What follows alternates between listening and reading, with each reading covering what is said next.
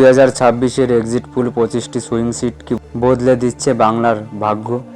নবান্নে এবার নতুন মুখ। আজকে আমরা যে ভিডিওটি দেখতে পারবো সেটা হলো এক্সিট পোল। অনেকেই বিজেপি এবং টিএমসিকে কোথাও কোথাও এগিয়ে রেখেছে, কিন্তু আজকে যে এক্সিট পোল দেখাবো সেটা হলো পুরোপুরি লজিক্যাল হিসেবে। নমস্কার বন্ধুরা, আমি বিপ্র। 2026 পশ্চিমবঙ্গ বিধানসভা নির্বাচনের শেষ দফার ভোট শেষ হতেই তোলপাড় গোটা রাজ্য। বিভিন্ন এক্সিট পোল কোথাও তৃণমূলকে এগিয়ে রেখেছে, আবার বড় বড় নিউজ চ্যানেলগুলো বলছে এবার গেরুয়া ঝড় আসতে চলেছে। কিন্তু আসল অঙ্কটা লুকিয়ে আছে মাত্র 25টি আসনের মধ্যে। আজ আমরা দেখব, যদি 2024-এর লোকসভায় সেই ক্লোজ ফাইট হওয়া 25টি আসন হাত বদল হয়, তবে কি চৌঠা মে নবান্নে নতুন কেউ বসতে চলেছে?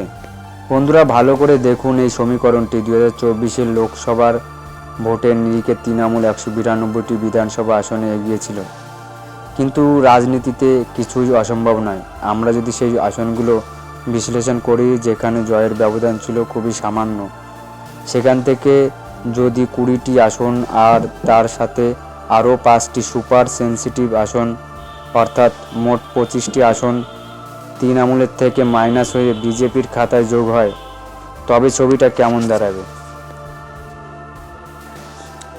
আপনারা দেখতে পাচ্ছেন 25টি আসন হারিয়েও তৃণমূল 167টি আসন নিয়ে ম্যাজিক ফিগার 148-এর উপরেই থাকছে।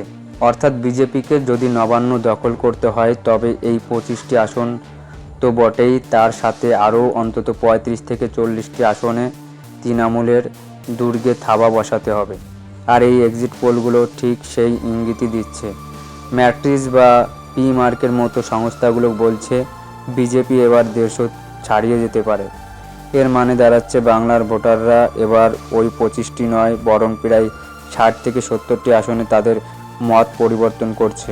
এখন বড় প্রশ্ন হলো, আরজি কর ইস্যু দুর্নীতি নাকি লক্ষ্মী ভাণ্ডারের উন্নয়ন, কোনটা এবার ইভিএমে প্রভাব ফেলল?